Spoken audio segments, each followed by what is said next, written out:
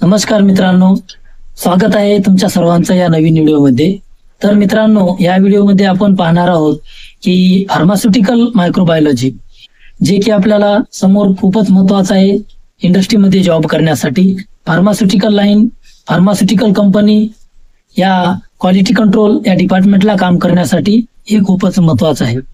तर मित्रांनो, कसं आहे, तर आपण BSc किंवा MSc करत असाल तर त्या अभ्यासक्रमामध्ये त्यामध्ये आपल्याला ही फार्मास्युटिकल मायक्रोबायोलॉजी पाहायला मिळते. तर मित्रांनो, त्या आपल्याला अभ्यासक्रमानुसार, सेमिस्टरनुसार ते आपल्याला अभ्यासक्रमाला असते. तर याचा उपयोग खरंच काय आहे का? मित्रांनो, जेव्हा आपण फार्मास्युटिकल इंडस्ट्रीमध्ये जातो तर याचं नेमकं फार्मास्युटिकल मायक्रोबायोलॉजीचं, तर मित्रांनो, इंडस्ट्रियल मायक्रोबायोलॉजी मध्ये आपल्याला कोणते भाग महत्वाचे आहेत, कोणतं पार्ट महत्वाचे आहे, जे की आपल्याला कॉलेजला असते वेळी, म्हणजेच आपल्या जे सिलेबसला आहे त्याच्यावर फोकस करायला पाहिजे. तर मित्रांनो, तुम्हाला 2 ते 3 गोष्टी मी सांगणार आहे. यामध्ये इंडस्ट्रियल मायक्रोबायोलॉजी जे आहे त्या पार्टमध्ये आपल्याला स्टेरिलायझेशन हा भाग, तुम्हाला मायक्रो शिकण्यापासून ते पूर्ण इंडस्ट्रीमध्ये जॉब करण्यापर्यंत हा भाग तुम्हाला सोबतच येणार आहे. याचा बेसिक माहिती आणि याचं इंट्रोडक्शन या सर्वांबद्दल माहिती तुम्ही मिळवून ठेवा मित्रांनो. म्हणजे बेसिक कंप्लीट करा, मी असं म्हणतो. स्टरलायझेशन हे पार्ट 1 झाला. जसं की आपण स्टरलायझेशन कसं करतो, स्टरलायझेशन प्रकार किती आहेत, त्याला किती वेळेमध्ये कोणतं स्टरलायझेशन करतो, कोणत्या वेळेत कोणतं केमिकल कसं आहे, फिजिकल कसं आहे, हे सर्व गोष्टी आपल्याला बेसिक माहिती पाहिजे मित्रांनो. हे पार्ट आपल्याला कंपनीमध्ये एव्हरीडे म्हणलं तरी चालेल, जेव्हा म्हणजे काम ते लागणार नाही एव्हरीडे, परंतु एखाद्या वेळेला कामाच्या बेसिसनुसार आपलं जे स्टरलायझेशनचं काम असेल तर ते लागेल, किंवा ते नसेल तर अल्टरनेटली ते आपल्याला येऊ शकते. तेव्हा आपल्याला हे येणं गरजेचं आहे. दुसरी गोष्ट आहे मित्रांनो, जे की आपल्याला आणखी पुन्हा कामाला पडणार आहे, म्हणजे जे की जॉबसाठी गेल्यानंतर स्टेनिंग. मित्रांनो, आपण जेव्हा केव्हा एखाद्या मायक्रो ऑर्गॅनिझम आयडेंटिफिकेशन करत असतो किंवा पॅथोजन अनालिसिस करत असतो, त्या वेळेमध्ये आपल्याला एखादं नवीन ऑर्गॅनिझम किंवा त्या ऑर्गॅनिझमचं एक नवीन ग्रोथ ट्रिप्लेटमध्ये आपल्याला जेव्हा दिसतील, तेव्हा मित्रांनो त्याला स्टेनिंग करून आणि वेगवेगळे पॅरामीटरमध्ये त्याला बसून आपल्याला बघायचं असते की हे नेमकं ऑर्गॅनिझम कुठलं ग्रो झालेलं आहे. आपल्याला रेग्युलरली जे ग्रो होतो तो आहे का, नवीन ऑर्गॅनिझम आहे, किंवा काहीतरी आपल्या स्टडीमधला आहे किंवा नाही. ऑर्गॅनिझम आलेला असेल तर ते आपल्याला पुढे अडचणीत ठरू शकते, म्हणून त्याचे आयडेंटिफिकेशन आपल्याला करण्यासाठी स्टेनिंग खूप महत्वाचे आहे मित्रांनो. हा भाग जे स्टेनिंगचा चांगला मित्रांनो, त्यामध्ये बेसिक पार्ट, बेसिक स्टेनिंग, स्टेनिंगचे प्रकार, स्टेन काय, स्टेनचे प्रकार, स्टेनिंगचे प्रकार, हे सगळे गोष्टी. आणखी तिसरी गोष्ट आहे मित्रांनो, मीडिया युसेज.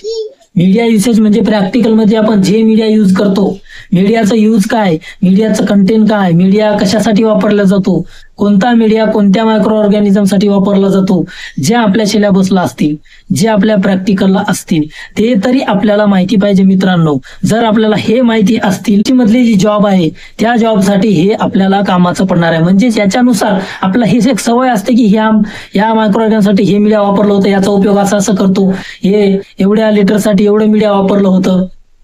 या आपल्या डिसिप्लिनमुळं आपण आपल्या इंडस्ट्री मायक्रोबायोलॉजीमध्ये आपण एक महत्वाचं स्थान निर्माण करू शकतो, आपली वेगळी ओळख निर्माण करू शकतो.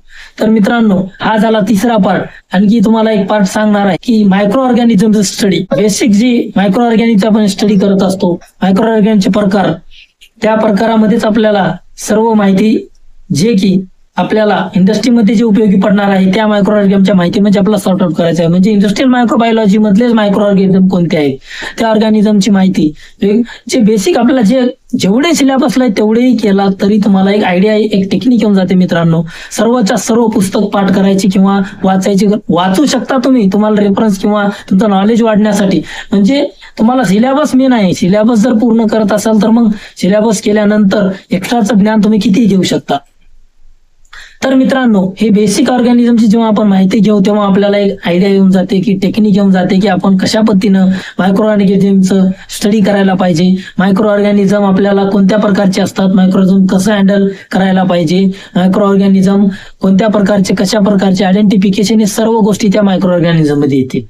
आणखी मित्रांनो, प्रॅक्टिकल, तुम्ही जेवढ्या डिसिप्लिननं तुमचे प्रॅक्टिकल कराल, तुमच्या प्रॅक्टिकल च्या सिलेबस मधील जे प्रॅक्टिकल आहे ते जेवढे तुमच्या तळमळीने कराल तेवढे प्रॅक्टिकल हे तुम्ही इंडस्ट्रीमध्ये करू शकता. तुमची तेवढी प्रॅक्टिस तुम्हाला, तेवढी कामाची आवड तुम्हाला त्या इंडस्ट्रीमध्ये होणार. तर मित्रांनो, याच्यानंतर आपल्याला बेसिक जी मायक्रोबायोलॉजीचे जे टेक्निक आहे, जे की आपल्याला मायक्रोबायोलॉजी शिकते वेळीच महत्वाचे आहे, ते त्याच्याशिवाय मायक्रोबायोलॉजी विषय कम्प्लीट होत नाही किंवा कोणती इंडस्ट्री सुद्धा कम्प्लीट होत नाही, इंडस्ट्री सुद्धा पूर्ण कम्प्लीट होत नाही. क्वालिटी कंट्रोलला हे दररोजच्या दररोज उपयोगात पडणार हे जे टेक्निक आहे ते शिकायचं आहे.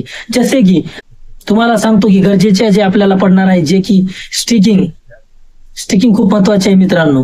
मायक्रो ऑर्गॅनिझमचा सस्पेन्शन बनवणे, त्याची सस्पेन्शन मधून स्टेनिंग करणे, स्टेनिंग म्हणजे त्याच्यामध्ये ग्राम पॉझिटिव्ह ग्राम निगेटिव्ह स्टेनिंग करणे, आयडेंटिफिकेशन मायक्रो ऑर्गॅनिझम पाहणे, त्यानंतर पेट्री प्लेटरची ग्रोथ पाहणे, अशा पद्धतीचे वेगवेगळे कामं हे जे आपल्याला इंडस्ट्रीमध्ये करावं लागणार आहेत मित्रांनो, हे आपण नंतर पाहू. आपल्याला हे जे आपण जे सिलेबसला इंडस्ट्रियल मायक्रोबायोलॉजी किंवा फार्मास्युटिकल मायक्रोबायोलॉजी शिकणार आहोत, हा पार्ट आपल्याला बेसिक पार्ट जे कम्प्लीट झालं, जेव्हा आपल्याला ज्ञान मिळेल मित्रांनो, जेव्हा आपले बेसिक प्रॅक्टिकल आपण आपल्या सिलेबसचे असतील ते प्रॅक्टिकल आपण आपल्या कॉलेजमध्ये जेव्हा करतो, तेव्हाच आपल्याला इंडस्ट्रीमध्ये आपल्याला जे सोपं जाईल किंवा एक टेक्निक आहे ते आपल्याला करता येईल मित्रांनो.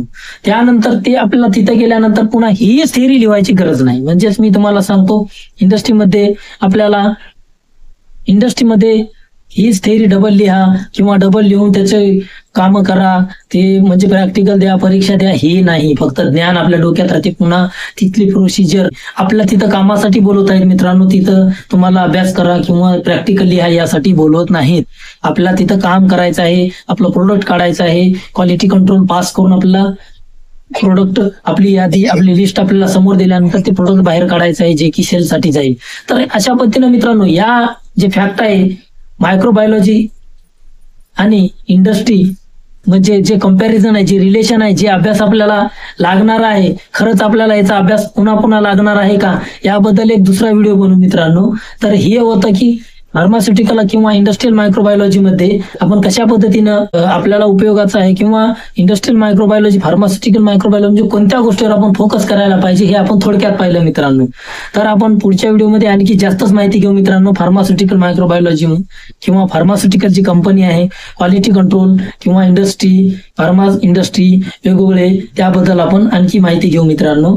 व्हिडिओला लाईक करा मित्रांनो. तर लाईक केल्यामुळे व्हिडिओ बनवण्याचा हुरूप आणि उत्साह येतो. हे टॉपिक तुम्ही कमेंट करा, त्यावर आम्ही एक व्हिडिओ बनवून तुम्हाला माहिती पुरवू. तर मित्रांनो, चॅनलला सबस्क्राईब करा. नागराज मायक्रो हे चॅनल तुम्हाला सबस्क्राईब करून पाहण्यासाठी व्हिडिओ फ्री आहे आणि बेलच्या आयकॉनला दाबून येणारे व्हिडिओ पाहण्यासाठी विसरू नका. तर मित्रांनो, पुन्हा भेटूया दुसऱ्या व्हिडिओमध्ये. तोपर्यंत नमस्कार.